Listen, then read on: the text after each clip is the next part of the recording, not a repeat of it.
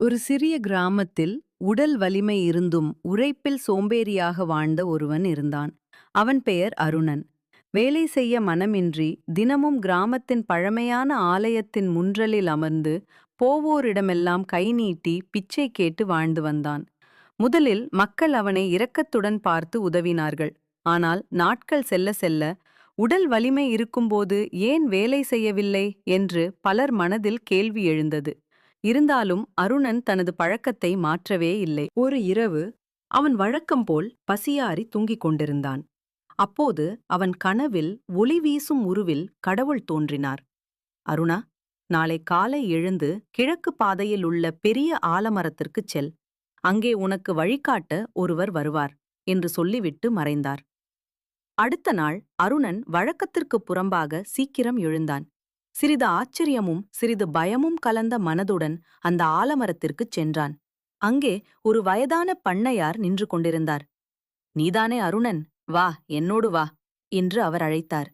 அருணன் அவரைத் தொடர்ந்து பண்ணைக்குச் சென்றான். முதல் நாளில் சிறிய வேலைகளை மட்டும் கொடுத்தார். தண்ணீர் ஊற்றுவது, கருவிகளை சுத்தம் செய்வது போன்றவை.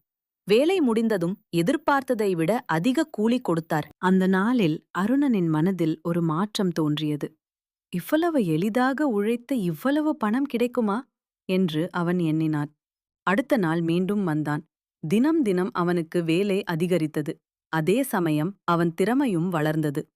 பண்ணையார் அவனை பாராட்டி விவசாயத்தின் ரகசியங்களையும் கற்றுக் கொடுத்தார்.